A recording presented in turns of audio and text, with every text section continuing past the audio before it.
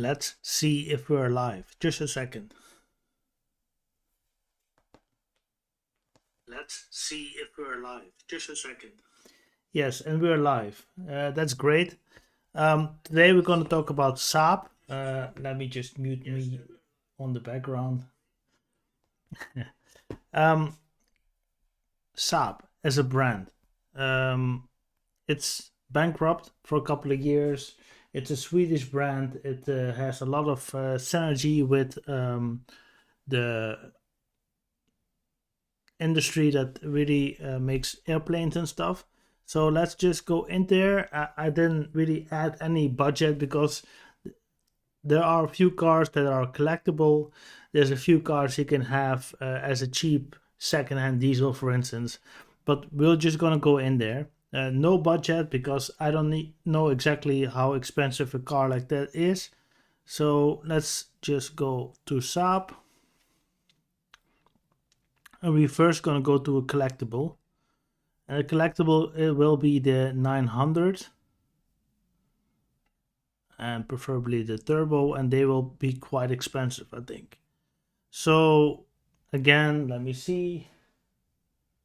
There's a little bit of a delay. Yes, okay, we're there. It's good. So what? 1992, 1997. So the 900 is a classic, and that's what you should look for. A 350k driven 1992 is a long time ago, guys, and still 15k. Okay, so let's see what it is, and this is probably the basic version, but it's just something about these kind of cars. They are classics. Cars like this will not be made anymore, and again, you should be able to think that what is this? Swedish design, built to last.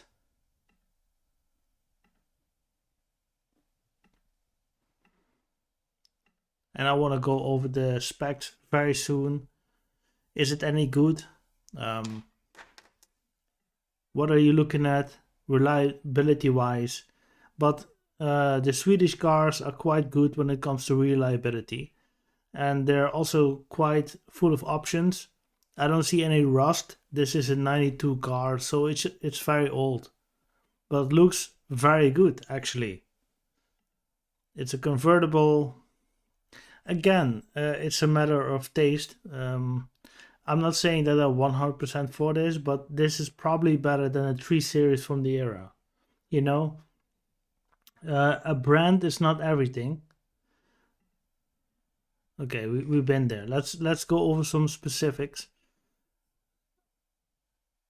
I can open the same advertisement again. Let's check.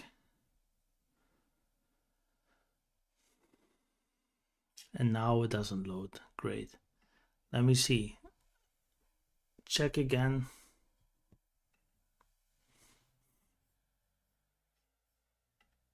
Different website. All right, here we are. Yes. So 350,000 kilometers is quite a lot for 2 liter. Probably 4-cylinder. 2 liter has been in the running since 92, which is a long time ago. Let me get some specifications.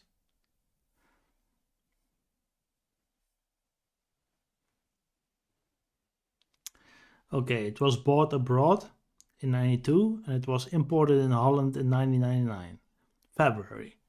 So the first couple of years, no maintenance probably can be tracked.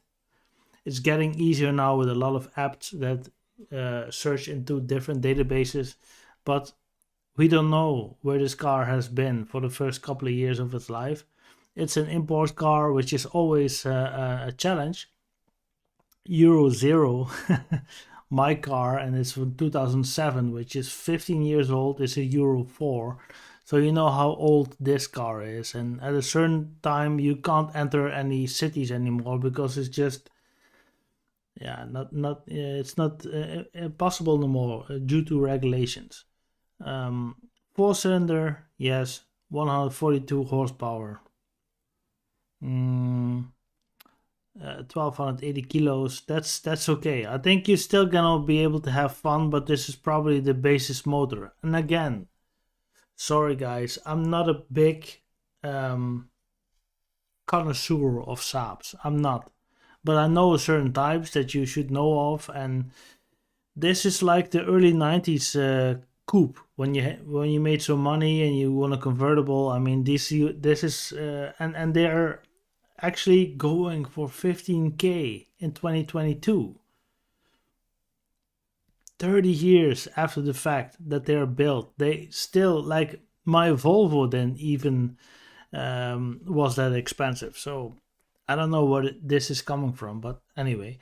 So this is the modern 900 from 97, so at the end of the 90s, and that is reasonable 4K.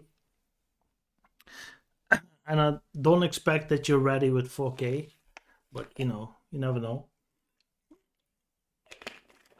Also a 2 liter with a turbo. Many turbo engines were available. They already adopted the turbo quite early.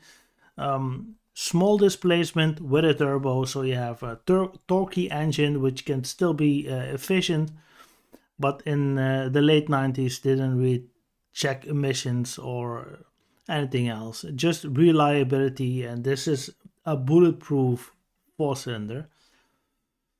Yeah, what are you buying for 4K? I don't know. Would you do it? But look at all the options. Anything special out of here? Heated side mirrors, traction control, cruise control, board computer, electric windows. All right, 186 horsepower, which is that's nice from a 4-cylinder. 5-speed manual gearbox, all leather. Let's see if we can adjust this a little bit. What are you buying? You see it's old. It's old. You see the steering wheel, you see the seats, but you're also not paying a lot. And this car is reliable, let me tell you. It is reliable. It's old technology, might not be very efficient, but it brings you everywhere you need to go. Look at this. This says enough. This is so 90s. Yeah,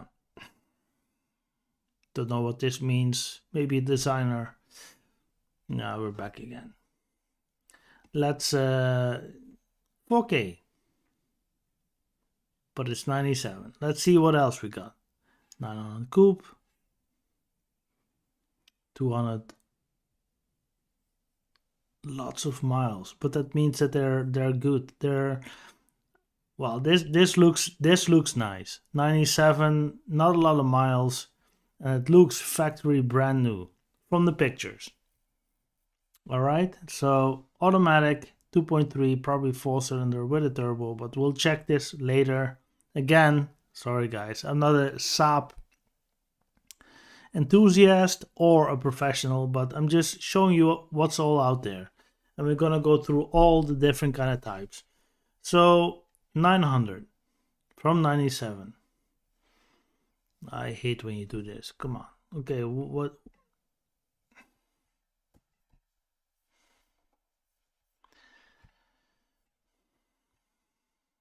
All right.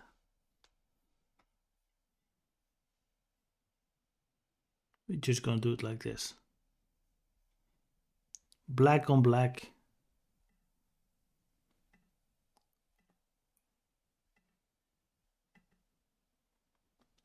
Classic. 90s classic.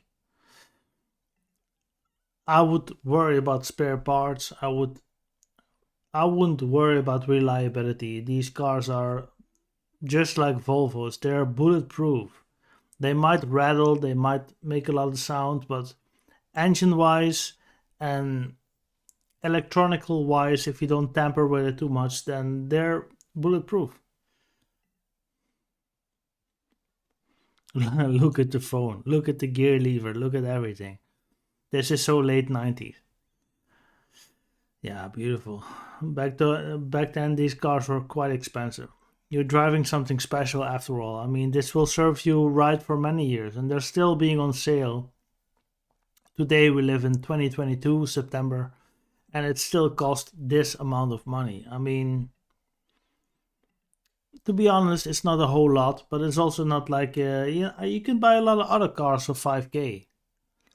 But this one doesn't have that much kilometers yet, so there should be a story behind it, and you should check it out. Look how basic it is. It's great. I mean, it's just a dog. Look at that old Nokia phone. Man, if you could pair it to a smartphone, whatever, and you have a call or whatever, but maybe it has Bluetooth, maybe it has infrared, maybe there's some conversions on USB that you can put into the cigarette holder of the car, whatever it is. I mean, it would be great. I would keep this phone just to make sure that whatever signal comes into the smartphone be pushed to this Nokia phone. You can pick up the phone and you're the man. I would give it a good wash though if I see it. But anyway, look at this gear knob. Neutral now. The S for sports. Yeah, let's. This is old, guys, but this is probably very reliable technology. So let's go into some specifications now because I know what this engine is putting out. Okay, until next year summer it has APK. Great. An APK for all you non-Dutch persons means that it is allowed to be in the road until that time, and then it needs to be have a proper inspection. I believe 120, 130 points just to make sure that it can stay on the road. Usually an APK takes 15 minutes. You know, they just check everything and very loosely, and they give a few recommendations for next year. And depending on how serious you are as a road user or whatever kind of money you have left, you can decide what to do. When things get out of hand between checking now and checking next year, then it's all up to you. And then we can say, okay, you're not allowed to enter the public road no more until you check this and that. And until you fix that, you cannot enter the road no more. So that's that. 2.3 4-cylinder, 150 horsepower. Okay, no turbo, I believe. No turbo. Saab is also known for turbos, especially the aero versions. Yeah. Um, moving along, see if anything catches my eye. This is all 900. 2-liter turbo. Come on, 91, and it looks so shabby somehow. 15K, guys. Again, this could be a classic. Maybe it is a classic. Maybe I just don't understand it. And it's all fine. That's just a personal opinion. Don't be bothered with that. But I don't get it. I just don't. I'd rather have a Volvo or have something else going on in the driveway. But this ain't it. Come on. Yes, like this. Good. Now. I can appreciate the lines. I can appreciate the durability of the engine. I can appreciate the style of the 80s and the 90s, but come on, it's 91, almost 16K. Come on, and you probably still need to do something about it. It's an old car. It looks to me like a cheap 911 or something. But this car has a 2-liter engine. Let's just go over the pictures first. I do like the front.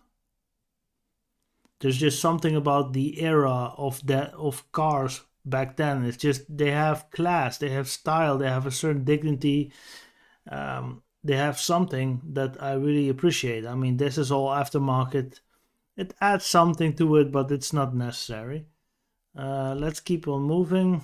Turbo S. So this is a special, or this S stands for special or sport. But we'll figure out. This is a new license plate. This car being from 91. It's been imported. So again, shady when it comes to the history, basically. Yeah. But it does look nice. The paint job still looks great. It's not bad at all. Leather all over the place. Still in quite good condition. Some fake panel wood. Maybe it's real wood, but it looks, yeah, it's all down to what you like. It's definitely an 80s car. You can tell. Automatic, probably 4-speed, but we'll check that out as well. An econ meter even. So you stay below 3K in revs, then you're saving fuel. All right. Okay. Yeah. I'm sure this is a type of car that will grow on you. Moving on. 900 Turbo S. Yeah, it's does have a certain style and class to it. Let's go to specifications. So 91, more than 160,000 kilometers driven. APK until next year. Okay, that all looks good. It's an import, which is not good, I would say. Just by definition, it's just not good. Because in Europe, we are a European Union and something strange happens at the border. Maybe because the German authorities have different computer systems than we do, and a lot of history gets lost, which is a sad thing. But it doesn't matter to the government, it matters to the consumer. And who cares about the consumer, right? I mean, if you really buy a car there from a individual guy, particular, you should be able to get some service documentation to see where the car has been serviced and at what frequency and what with how many miles, so you can figure out if the car had a good life. Um, if you import the car back to Holland, then you really need to check everything again, and people need to configure the car and then put them in the systems based on all the information that they have. But it's not about the Dutch or government, it's about yourself. You want to be able to say, okay, I got this car, it's from 91, it's this old, it should have maintenance done at this stage, at this stage, at this stage, and at 100,000 kilometers, this and that part should be replaced. Do you have any evidence about this? And if you don't, yeah, that could only be a bargaining material, basically. 162 horsepower on 1250.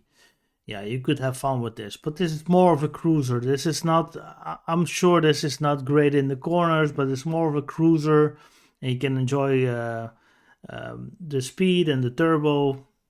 So I think we almost handled the 900. So this is the old school 900, and this is the one from the 90s.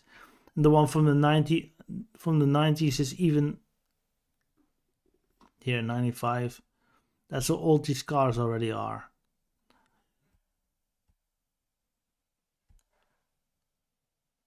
Look at it. Yeah, I don't know what you're buying. Also, I don't know if there's still parts available. What I do think is that if with a few parts here and there, they can still maybe manage to go up to from between 20k and 100,000k in kilometers. But being a car channel, I can't advise this. I just can't. We need to move to something else. Let's just go all the way back, and we go to 9.3, which is a little bit more updated, and let's see what we can get here. So for 5k you got a 1.8T linear from 2008. Alright, 2008. It's not young, but it's also not super old, and it's a estate driven 266,000 kilometers. Let's see. All right.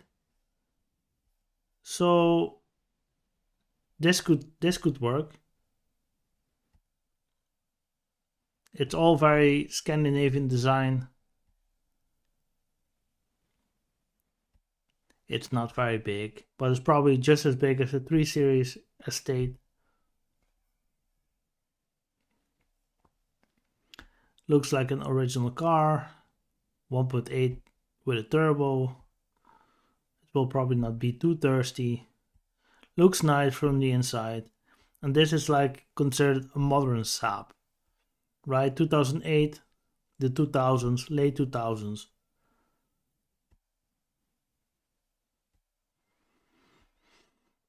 Yeah. All right. So can we back off? No. Let's go back. We check it up again. We check the dealer side, and we see what it's all on about. And again, this is a very distinguished car. It's probably quite reliable.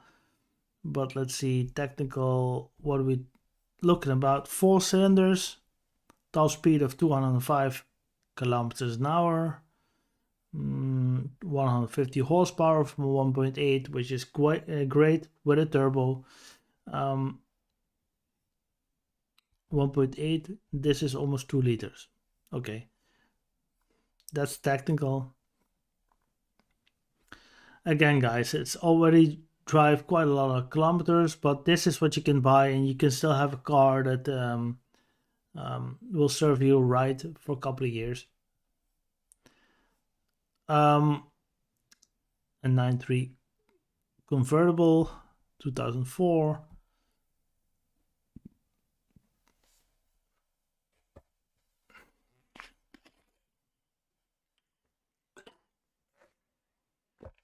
Almost 7k. Young timer. Close to 200,000 kilometers driven. I mean, this is a nice Saab. This is nice.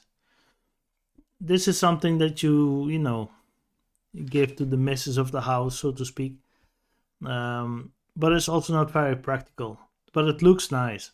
It's cheaper than a C70 Volvo. Don't know why the comparison is there too much, but they're both Swedish convertibles, and this could be nice. But just don't expect a very engaging driving dynamic. This is more of a cruiser. We're moving along. Let's see anything interesting here because I actually want to go to the old stuff. 9.3 Sports Sedan Norden. Norden is something special. 2009, 7K. Yeah, if you something about these cars. It's boring, but at the same time, it's just good. I don't know. Let me see. Here we have the interior. It's manual. It has like some early navigation stuff in here. We're moving on. We're moving on. This is just too boring. This is a 9.3. You can have it as a sedan. You can have it as a convertible. This is basically the 3 Series or the A4 when it comes to Saab. But we're moving up a notch. Let's see. I want the 9.5. Let's go to the 9.5. Also 2008. 2-liter turbo. A little bit more than 5K. So you see, they're not too expensive. I didn't add any filters in this search when it comes to the price. Okay, let me get a little bit. Okay, 250K driven, which is, yeah, for a Saab, probably not too much. Looks a little bit strange. Looks imported somehow, but it has the original license plate from 2008. Hankook tires. Paint job looks good. Yeah, it's a big boat, you know. Nice leather seats, nice places to be. I'm sure the seats sit very well. I mean, I know my Volvo and I know another Volvo, the S60. It is just great. The seats are great. 2-liter, lots of space, case of emergency. Yeah. Let me go to the specifications. 151 horsepower, 205 kilometers. Let me just check. Yes. 4-cylinder, 2-liter with a turbo. 151 horsepower. That's enough. That's enough. The top speed is just above 200. I mean, you can drive 140 for long stretches with a good. It's fine. And the kilometers, I mean, it's all checks out. These engines are capable of way more. If you need a lot of space and you need a couple of people in there with some stuff that you need to carry around, you got yourself a decent car. You need to be a fan of this, but you can't knock the quality. You can't knock what you're seeing. It's an indistinguished car. Nobody will look at it twice, which is fine. But when you sit in it, check it. Is it that bad? If you put a BMW icon in here with a little bit of a different dash, then you would feel the same. It's premium stuff. It's premium stuff, definitely. The fact that they still ask this kind of money for 2008 car with those many miles just says enough. And you still see them here in Holland from time to time. This is a little bit of a newer car, a diesel I see from 2011, so it's 11 years old right now. They ask still some money for it. Let me see. So close to 9K, but you got something special between the BMW 5 Series and the E-Class, and I'm not saying this is on the same level. It's just a little bit different. But if you want to be different, you can be like this. And I'm sure the seats are great. I'm sure the diesel engine is fine. Look at it. It's a beauty. It's a beauty. Here you got a 5 Series, and this is so corporate. And look at me. But if you're a little bit different, you got a little bit of a different outlook on life, and you want to be different, and you're gonna be the one inside your company that says, I'm gonna do it my way because this and that. Look at this. This is the last Saab they really built before they went bankrupt. Hey, how special is that? So, gotta be your piece of cake. Swedish design, I learned to appreciate it over time. I mean, I love 5 Series, I love E classes, definitely, but that's where the gray bunch goes to. Everybody that has a little bit of money goes to an A6, a 5 Series, an E class, which is becoming boring actually. Like, anyway, but this is something special, and I really appreciate that. Next video, I'll probably enlighten some, maybe an A4 or an A6. We're gonna move to Audi. That's a promise. 2011. Yeah, this was their last ditch effort to revitalize Saab as a brand. Um, and yeah, too bad they didn't succeed. It's not like Volvo, and the Volvo got bought by the Chinese. I didn't know what happened to Saab. Saab had some struggles in the end with the. I think I should know because if I think about it, it has something to do with the company Spijker, which is a Dutch company, and I'm Dutch myself. I think the guy that was responsible for revitalizing Spijker, Dutch brand, um, tried to revitalize Saab. But I think in the end he didn't manage. But of course, we have the internet, you can always check it up. And let's maybe do it at right now. Wikipedia. Okay, Saab. Saab automobile. Claim dismissed. Damages. Spijker. You see? And what is Spijker? The Netherlands. Zeewolde, alright? And who is the CEO? Victor Muller, which sounds very Dutch. And former chairman and CEO of Saab. All right, now good, there you have it. So just a quick history lesson. Let me go back to the cars. 9.5. Let me see if we got an arrow or something special. Otherwise, we're gonna move on. State. This one looks brutal. 2.3 turbo era. Just for the sake of this video, let me just check it out. This looks nice, I would say. Looks quite clean. I don't know anything about the background, but it looks nice. Arrow 9.5.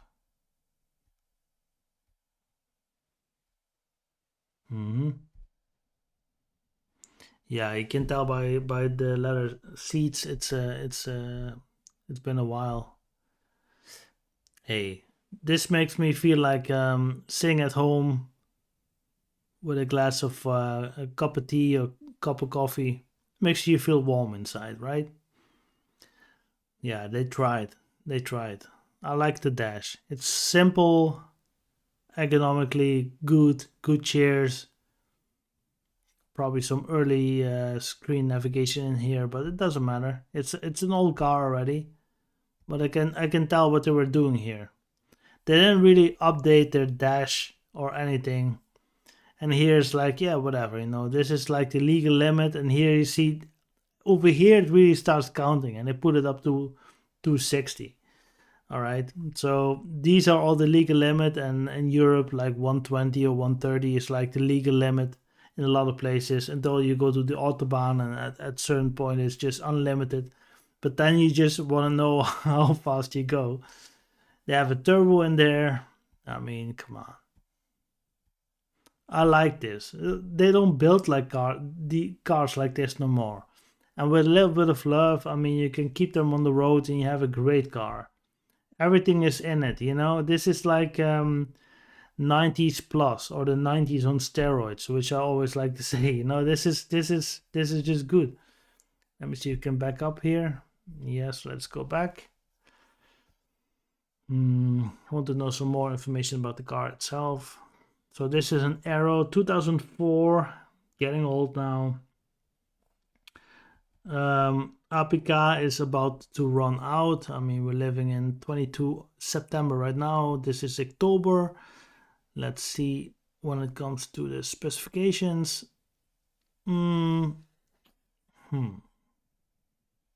Technical. 4-cylinder.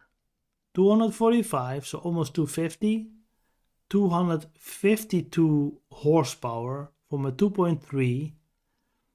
And the weight is almost 1.6, so 1600 kilograms, and it's a 5-speed for not a lot of money. 4K. I didn't buy my first car with this amount of money. I didn't buy my second car with this amount of money, and it takes a little bit of a luck that this car will keep on running. But think about what you're buying for a little bit over 4K. I mean, you got yourself a station wagon with 250 horsepower. Looking pretty good, actually. And the inside, of course, it's old, guys. It's old. 2004. Yeah, my car is 3 years younger. It's already getting old. But if you made lots of miles, then this will happen. And you can look at this. Every time you get into this, think about it. Just picture it. Your employer tells you you need to get into an up, Volkswagen up, 1 liter 3-cylinder with cylinder deactivation, just to be, you know.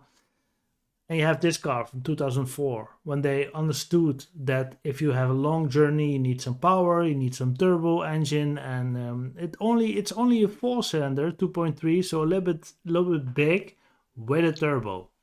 It's a certain philosophy that I understand. And here it also has an automatic gearbox. I mean, I could go into depth what. Okay, it's a 5-speed. Okay, that's nice. So it's quite modern for the time. And of course, with 4K, you're not there. Invest another 4K in it to make it run optimal. But then for 8K, you got a car that keeps on running. These engines are so non-complicated. The turbos, maybe the turbo might go. You might have to check for oil leaks here and there. You might have to do but go take it to a Saab specialist, and this car can drive 500,000 kilometers. It can serve you well, and you will be driving a nicer car with more road presence, with more feeling than some of these new boring electric cars. And I know what we're doing. I know where we're going. And the new world's going to be all electrified because of the environment, because this and that. But think about it.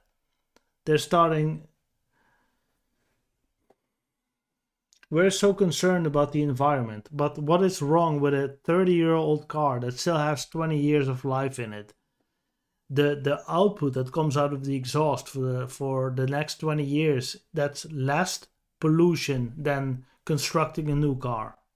So why don't we celebrate the 80s and the 90s technology to the fullest and really drive it until it can drive no more? It's cheaper for you and it's better for the environment. And I'm not from any political party or anything, but I'm just saying, like, what a strange times we're living in. But again, people need to spend money. They need to have a reason to get up in the morning and spend their day and keep on working and this and that. It's all about guilt. These cars are sitting out there for 4K, 4.5 if you will. If your budget is 10K, you can do it. And this car gonna outlast your neighbor's electric car. And it's September 2022, and that's my challenge. That's a bet. You can quote me on that years from now. If your neighbor buys a a Toyota or a Dacia or something cheap with electric engine, because they think, okay, I don't want to spend too much, but I want to be green or whatever. It's only about their own benefit, only about their own wallet. You can better buy something like this. And if you have, and even if you have twice a year a long trip that you need to sit in the car for about 3 to 4 hours, you're gonna thank me. You're gonna thank me, because otherwise, where do I have to charge? And if I have to wait, and where I have to go? You fill this car up, and it has you can drive 600-700 kilometers in one piece, no problem. And you have good seats, a good stereo. And here, the old navigation system, that's technology. You have a smartphone, that's like a pocket computer. That's the end of my rant. So this is the 9.5. You see what's all out there. I mean, there are plenty of good looking cars out there, and I think the prices are very fair. It's cheap. It's cheap. And why is this almost 10k? 2006, gasoline. I don't know why. It's probably because it didn't drive that much yet. Anything else? 2.8 turbo. Wow, this is nice. Wow, this is probably the top model. Let me just give you that. And again, you don't see these cars that often. If you want to have something special, then look at this. I mean, again, I understand the fascination for the 5 Series and the E-Class and the Audis. I mean, they're just built for desire. And when you sit in it, when you drive it, you really feel like, wow, I achieved something. But this is just a different approach. And come on, this is just as beautiful as a 5 Series. The E-Class looks goddamn ugly nowadays. I know it's maybe a better car technically, and yeah, technologically they're very much ahead of this. But this is a more beautiful car. I just have to say it, and I'm a sucker for German cars. I really am. But this is just something else. Look at this. This is like the top spec model. All-wheel drive, aero, turbo, all-wheel drive. I mean, you can go anywhere with this car. Even you can go to Austria, Switzerland when it's snowing, or maybe in Aspen if you live in the United States, or maybe in Eastern Europe when you're driving to Russia. I hope not. But if you do, then you have this car, and it will serve you right. Mm. Yeah, it's just a little bit different, you know? I like the outside the best. Come on, let's get back. Sorry, guys. Messing it up again. 2.8. I wanna check the specs. Mm. Almost 6 o'clock. Yeah, I'm on the clock, guys. Sorry. Let's see. 2010, 100,000 kilometers driven, 2.8 turbo. Euro 5, 70-liter tank, 6-cylinder, with a turbo, pushing out 300 horsepower. Okay, this was their last attempt to really catch up with the Germans. And I think from a design standpoint, they did a good thing. They did a good job. Oh, why don't you cooperate with me? Just a second. I'm sorry, guys.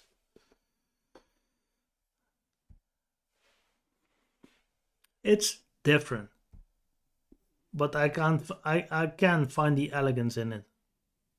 It's a beautiful car. Now let's go to the older stuff, and let me not bore you too long with my rambling. Let's see. 90, 95, 99, 9,000. 9,000. Alright, so this is the 9,000 Saab from 96, long time ago as well. And they ask 6k for it.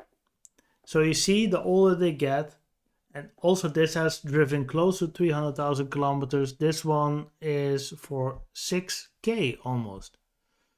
So let me see what's happening. I remember these cars standing in our street in the 90s. And if you had a car like this, then you really made it. you know. um,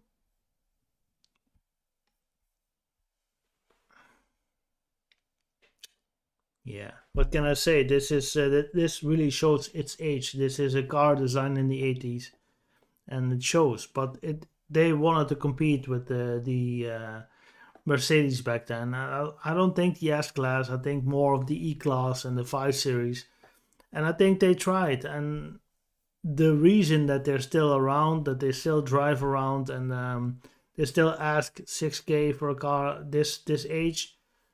Don't expect you can get in this car and don't run into problems, because it doesn't work like that. But you got to be an overall fan of the car itself. I mean, it always starts with the outside, and it's just like a whale, basically a Swedish whale. Yeah. Do you want that? Do you like it? I think technically they're far superior to what they release nowadays. And why? Back then they didn't really have to think about emissions. They wanted to build a small engine that may be a little bit bigger than normal, because you can have a 1.6 four cylinder or 1.8 four cylinder, 2 liter, 2.2, 2.3, 2.5, and then you really get big, and then you add a turbo.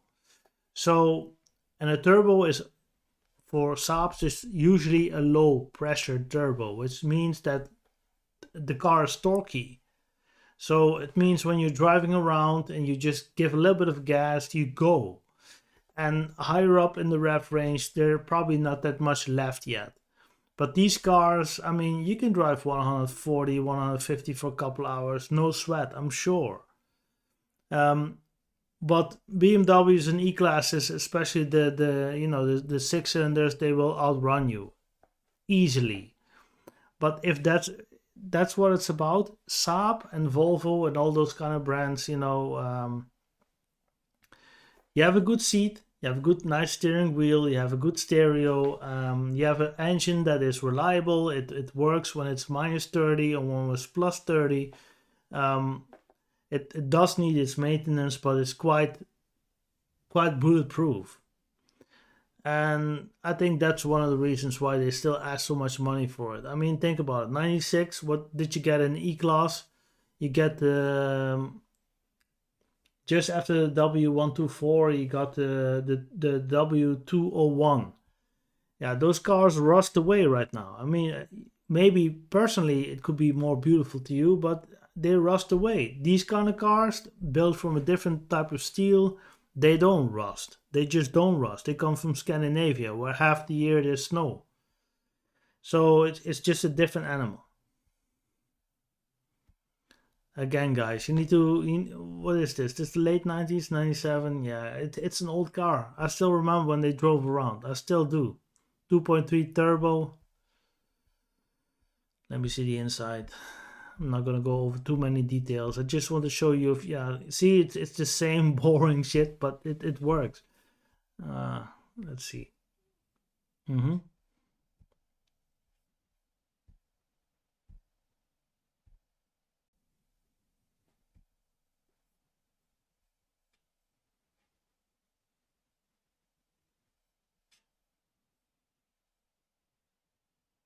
Still streaming? Yeah.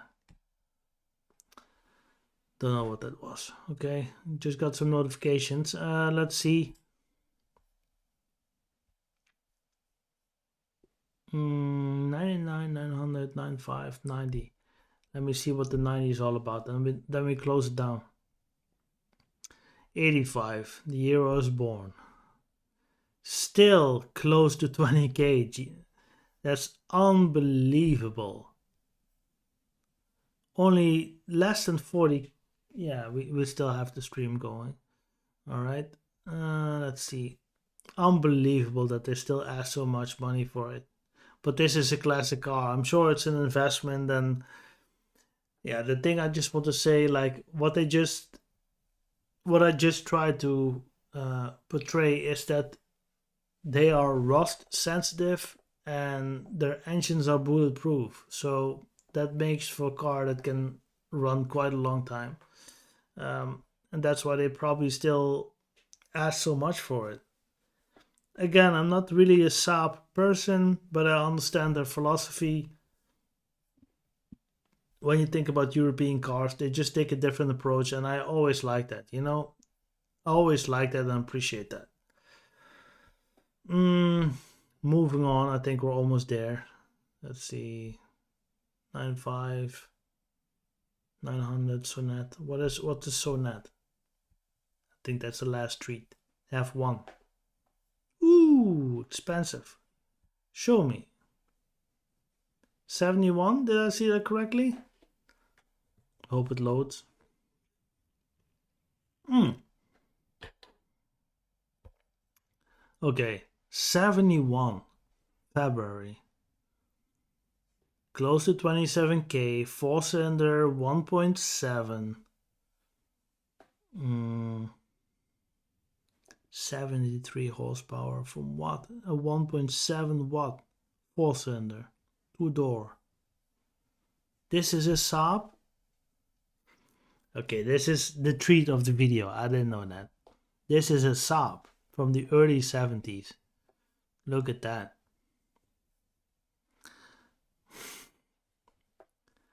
Yeah, you gotta be really nostalgic and have too much money to spend to do this. But let me see the inside. Yeah, look at this. A Sonnet. They tried to copy the Italians or something? Okay. Yeah. Not particularly beautiful, if you ask me. I mean, I'd rather go for an old-timer Ferrari, but that probably need to be multiplied by 4, the price. But it's nice, it's still out there. I see Saab here. I can't imagine it. I can't justify it when I think of the rest of the range, but yeah. Old school. 70s. Huh, funny. Funny that it's still available.